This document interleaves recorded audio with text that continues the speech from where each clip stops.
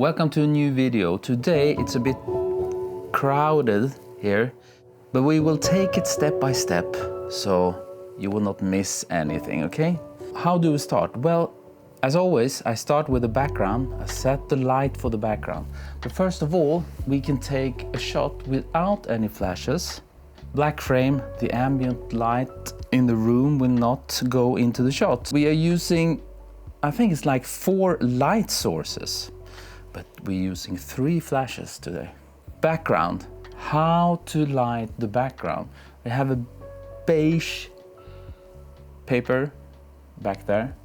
And this guy, this flash with the reflector and the 5-degree honeycomb grid, this will light up the background behind the driftwood and the rings. It looks like this, you know.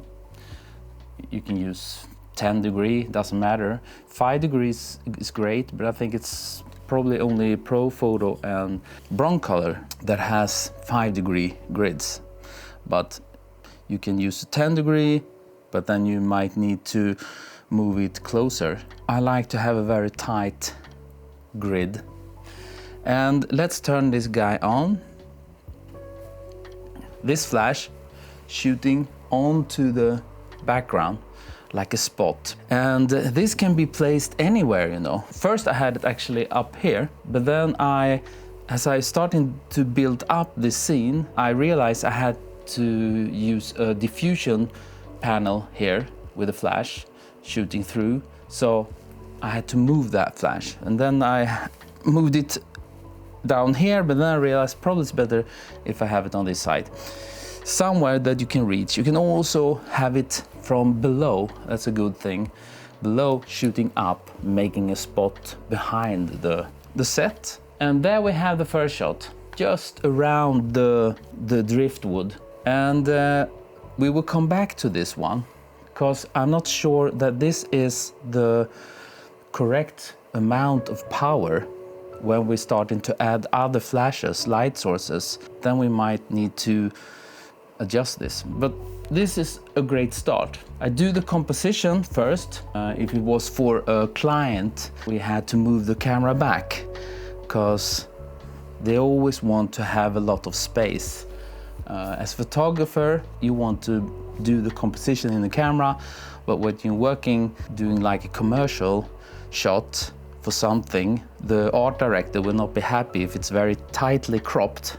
You need to leave space. But for now, for this test shoot, I do the composition in the camera. And I think this looks nice. I place it to the left, and then we have 2 rings there. And we need some light on the rings, of course. Then we have this guy from the top, lighting up, I would say, the center of the driftwood.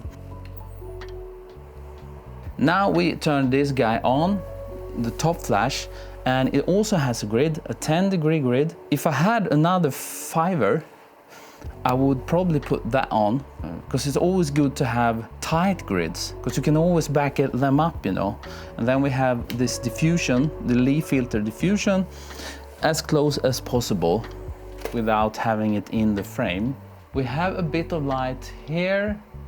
I think the main light is like, this will be hit, and also this part, but this is very dark. So I wonder, should we move this that way so we will get more light on the wood? So I will move this and take a test shot to see if we will get a bit more. Yes. And also I would like to take a look at this guy. This looks like it might be blown out. Yes, totally blown out.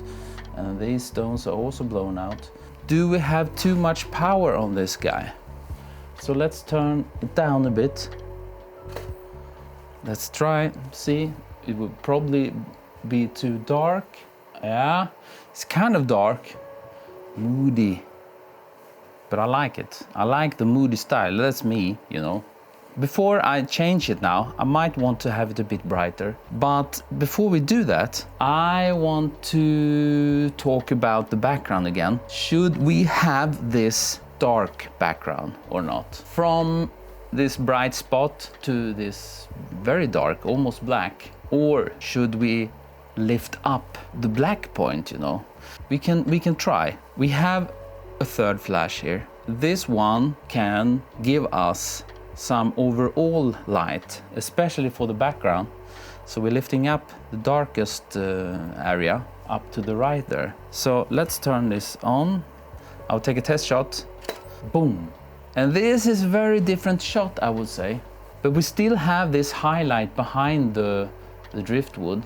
Maybe we can lower the power. Yeah, this is kind of nice. But you have to make a decision.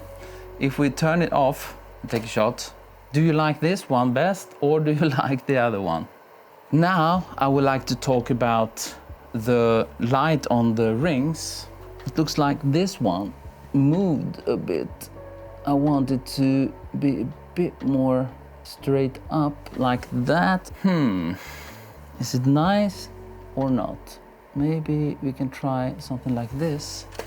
Maybe. Because we need to get a very nice light on the rings, of course. Let's take one when we have focus on the back ring. We need to do a focus stacking on this one. Otherwise, the back ring will be blurry. Because before I had the focus set on the closest ring, so we need them both to be sharp, of course. So it will be focus stacking. We will start here, and then I will switch the focus all the way back to this. If I move it a bit that side, we might get a bit more in the black part there. You see now, we kind of introduce a bit more light on the black stone, black heart. But at the same time, we're losing on the golden part. So maybe we need to raise up the flash so the light source will be bigger, so it covers both the black heart and the golden part. So let's go up with this and see what will happen.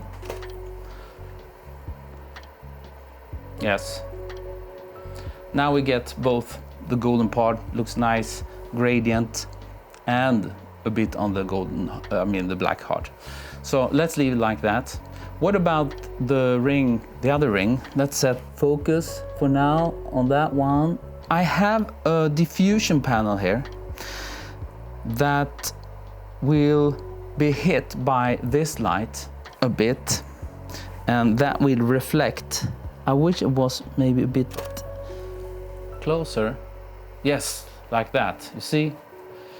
Then we get more of this part. If we didn't have this diffusion, that part would be totally black, because then there would be no light bouncing back, the fourth light source. So I will take this away, black. There's nothing to bounce back there. So we really need to have something to bounce back. Let's put it back, and the ring will look so much nicer. I want to have this as close as possible. What about that? Now it's very close. I'm not sure about the location of this ring. Maybe we need to move it like, what about this? Don't fall down, please stay.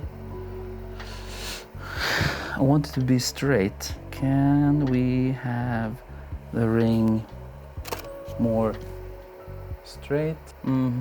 Something like this. Almost straight. I will take it off. See, this is the fancy life of a photographer, trying to get a ring in its position for 30 minutes. You know how it is. Hardest part, as always, not the lighting, not camera, not gear, not nothing. Hardest part in photography is always to get stuff to stick. So let's go for this now. We take a shot. I am a bit concerned that you see the heart ring at the back there. Suddenly it has very black part on the right side. This is not that nice. You see this part? And why do we have that? Well, I think it is because I moved this diffusion. So if I move it back a bit, what will happen? Will we get some diffusion for that part? Yes. You see, I moved it back the diffusion back so it can bounce back on this one. I wish it was a bit less black. Move. I moved it back a bit more. Yes, let's go for that one. The ring on the right side, I wish it was, I wanted this, the diamonds on the top to be a bit more towards me or down, but if I touch it, it will fall down. So let's go for this now. The only thing I need to do now is focus stacking. You know, set closest point and then I change and then combine them in post-production. And then we will have a nice shot. And then we need to do some retouching. That will probably be a different video. Okay, I hope this was useful, and subscribe so you will know if there's a new video coming out, and hit the like if you find this useful. And if you like to be a member supporting this channel so I can make more videos for you, you can hit the join button or head over to Patreon. Remember, as always, I will see you next